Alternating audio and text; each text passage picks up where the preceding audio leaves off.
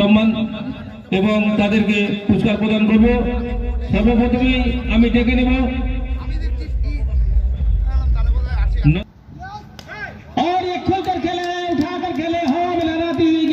দেশের ৭৬তম প্রজাতন্ত্র দিবসে হবিবপুরে আয়োজিত হল প্রীতি ক্রিকেট ম্যাচ।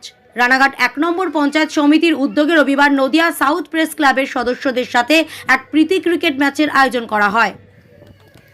আর তারই অঙ্গ হিসেবে রবিবার হবিবপুর কার্গিল মাঠে অনুষ্ঠিত হয় এই প্রীতি ক্রিকেট ম্যাচের।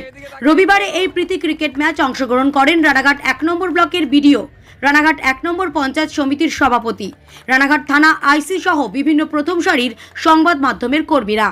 রবিবার এই প্রীতি ক্রিকেট ম্যাচ প্রাঙ্গণে রানাঘাট ১-এর বিডিও ও পঞ্চায়েত সমিতির সভাপতি কি বললেন দেখুন।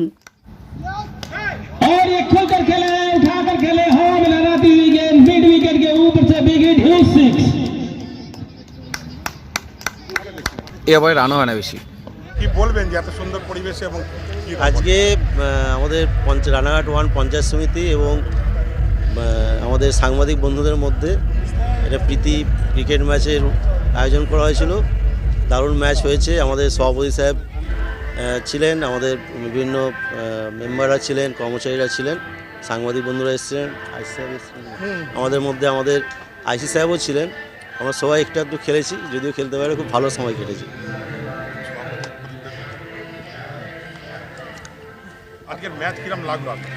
আজকে দীর্ঘদিন বাদে আমরা প্র্যাকটিস তো করি না, আমরা আজকে সুযোগ পেয়েছি খেলার।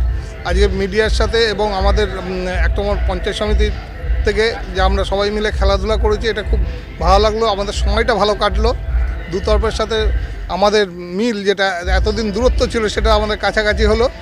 এটুকু বলে বিশেষ করছি।